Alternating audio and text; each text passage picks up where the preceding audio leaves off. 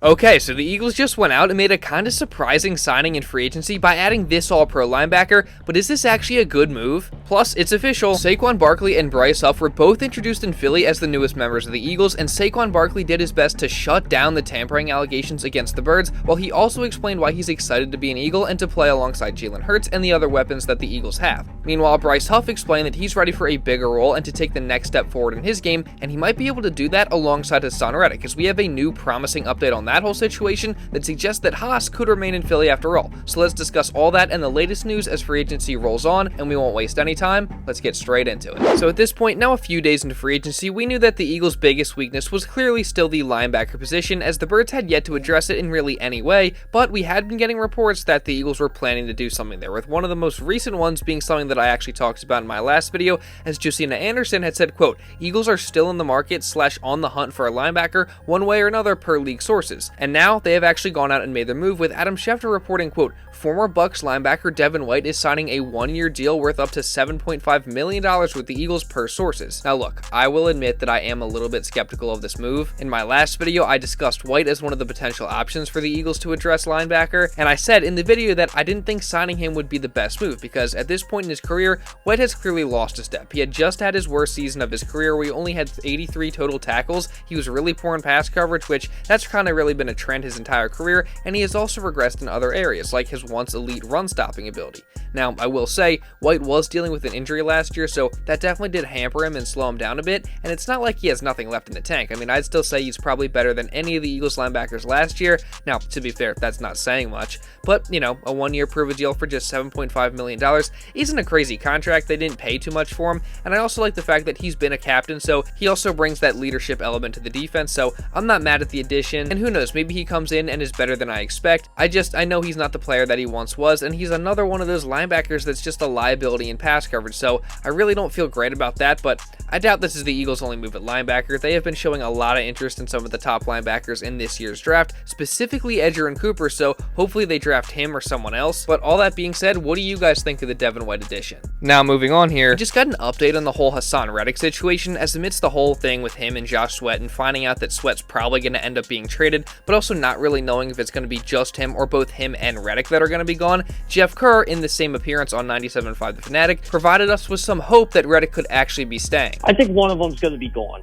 I don't think Haason Reddick really wants to leave Philadelphia, and I think they'll work something out. Haason Reddick does deserve to get paid more than $15 million a year.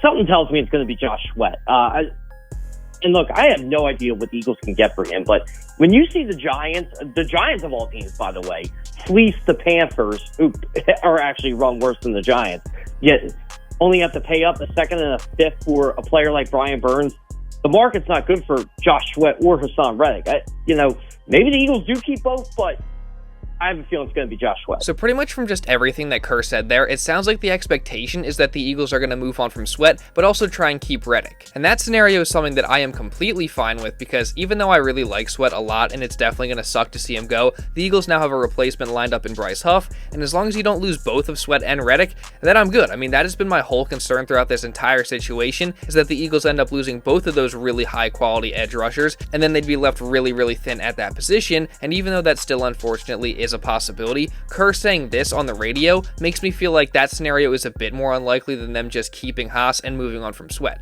And again, I'm cool with that, because Reddick is pretty much guaranteed over 10 sacks a season, and with a better scheme this year and better coaching, I expect him to have a better season than he did last year. And now it's just about, can they finally agree on the numbers and get that extension done for Reddick to come back to Philly. And speaking of returning back to Philly in a sense, let's transition over to Saquon Barkley, as of course he's coming back to his home state of Pennsylvania and signing with the Eagles, but apparently this move may have actually all come together illegally, as there have been some tampering allegations being thrown around regarding Saquon signing with the Birds, and this started because Penn State head coach and of course Barkley's former coach James Franklin was asked about Saquon coming to the Eagles, and he said this: to come back and be able to play within the state, in Philadelphia, he said that was one of the first things that Howie said to him on the phone as part of kind of his sales pitch to him, was not only the Philadelphia Eagles and that, but obviously the connection with Penn State and the fan bases as well. Now, if you heard him there, he alluded to a phone call or some other kind of contact between Saquon Barkley and Howie Roseman during the legal tampering period, and if there was direct contact between those two specifically, that's then considered illegal, as Tim McManus of ESPN wrote, quote, "Teams are not allowed to talk directly to players during the negotiating window unless the player represents himself."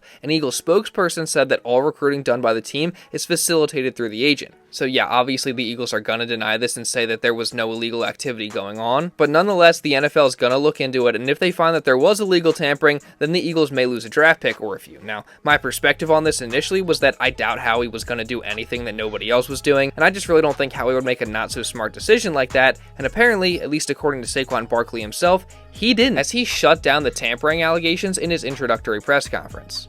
Coach Franklin, I think he kind of misinterpreted. The truth was the sell pitch to Penn State, how many Penn State fans are Philadelphia Eagles fans, but that was through my agent, and my agent told me that. So,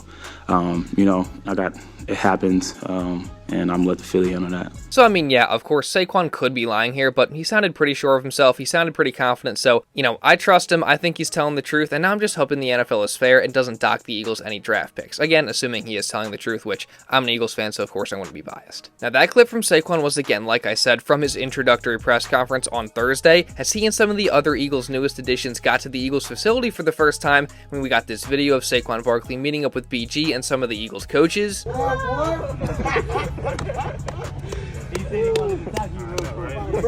can't do that no more.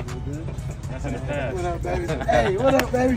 Man, just want to say what up. I just happened to come on and you just on your way, man. So I want to give you some love. Hey, man, can't wait to go try to do this thing together. Go enjoy yourself, man. Get that love, baby. Yeah, I'm gonna hit you. What's up, man? Kellen? How you doing? Yeah, nice to meet you. Kevin, too. Yeah, glad you're here. Y'all smart. Nice to see you. Nice to meet you guys. Hello, everyone. Yeah. And if this didn't get you excited enough, a lot more also came out of that press conference. As first off, he made it clear that he's excited to come to Philly and continue to prove himself, despite him being 6 years into his career. When it came to my intention, that the Eagles were the team that were interested in me, I definitely got excited about it. Everything that they're about, the culture here, the fans here. Definitely got super excited about it, and I'm just happy to be a part of this organization. They want to win. I know everyone's stuck on last year, but being 11-6 and making to the first round, and that's a down year. That's a great culture you want to be a part of when you have that mindset where it's like, no, we need to do way more. And I know how special this place is, and I know how special a player that I believe I can be, and I'm just happy to be a part of it. Why do you still feel like you have a lot to do? That's just me. That's my mindset. I'm always going to have that mindset. Every year, how can I get better? How can I improve? Go back, watch the little things, learn from my mistakes, learn from the stuff that I did good, and just keep leveling up. I feel like that's the mindset that you have to have, and I'm going to continue to have here. Well, first off, you gotta love that mentality from Saquon, just never being satisfied and always striving to continue to improve your game, and that's gonna fit in perfectly with the hungry dogs run faster mantra of Philly, but also, I can tell you, just like he's excited to be here, we're all definitely really excited to have you too, Saquon, and specifically, we're all hyped to see you play alongside the other elite players in this Eagles offense, including Jalen Hurts. Speaking of which, Saquon also spoke about how having the combo of him and Jalen in the running game is gonna be so hard for defenses to stop, and he also talked about just his level of excitement to play in this talented Eagles offense in general. Just being around, talented guys, especially on the offensive side of the ball. You got Jalen, you got AJ, DeVonta, a tremendous offensive line. And I feel like I'm a special player. I feel like I still got a lot left, and I got a lot to prove. And I just can't wait to get on the field with those guys and prove it and show it to the world. Your thoughts on Jalen as a quarterback and things that are possible between the two of them? Oh, yeah, watch him from afar. I know how special a player he is. I know how talented a player he is. But just talking to him, just the mentality he has, the mindset that he has, and obviously he can run the ball pretty well, but just a mindset. I'm big in that. The mindset that he has, and that's a guy that you want to go out there and play for. I guess when you played with mobile quarterbacks in the past, how does that help a running back?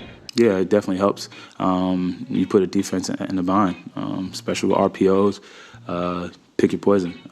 You know, you can collapse down and take me away, and you got Jalen. And if you want to stick with Jalen, then, you know, you got me running against behind a great offensive line. So I look forward to all that, and, you know, especially not just Jalen and offensive line, but all the talent around it too. I think we can all agree that Saquon, alongside these other guys the Birds got on offense, is going to be so unstoppable, assuming that Kellen Moore turns out to be a good offensive coordinator like I expect. So I really can't wait. It's just so crazy that this is actually a reality. Saquon is an Eagle, and now it's just about going there, and as Saquon said, the business side is done, and we can keep the main thing, and that's going out there, playing football and winning football games. Now, in addition to Saquon Barkley, Bryce Huff also spoke to the media for the first time, and he answered a very important question regarding his potential role on this team, as he has never played a huge role in his career in his 4 seasons with the Jets. I mean, last year was the biggest role he's ever had, and he did have a career-high 10 sacks, which led the Jets, but he didn't even play more than half the snaps, so you can look at that as a good thing and think that with a bigger role, that total can only go up, or you could worry about whether or not he's actually able to play a bigger role or not. But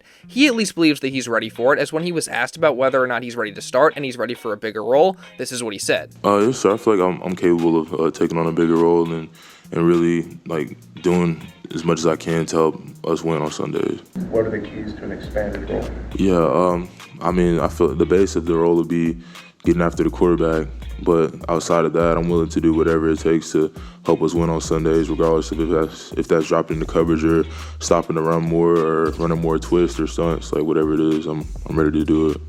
Do you see yourself competing for a starting spot? Yeah, I feel like I'm at that point. I think there's no secret that the Eagles are going to be relying on Huff to play a bigger role than he ever has in the 2024 season, so this is definitely good to hear. And on top of this, Huff also revealed that he's going to be changing his number to something a little bit cooler than number 47. So I guess Bryce Huff is the new Agent Zero, so that's pretty cool. And I just can't wait to watch how he does and see if he's able to keep improving now that he's an Eagle. Now, I'm going to be covering the rest of free agency, so if you don't want to miss any of that, make sure you subscribe and also, really importantly, turn on notifications. And also drop a like down below on this video to show some support, and leave a comment down below just regarding anything that I talked about in this video. And if you want to watch another video going over some other free agency updates for the Eagles, then you can check this out right here. Now, with all that being said, that's pretty much all I got for this one, guys. So thank you all so much for watching, and I'll see you in the next video.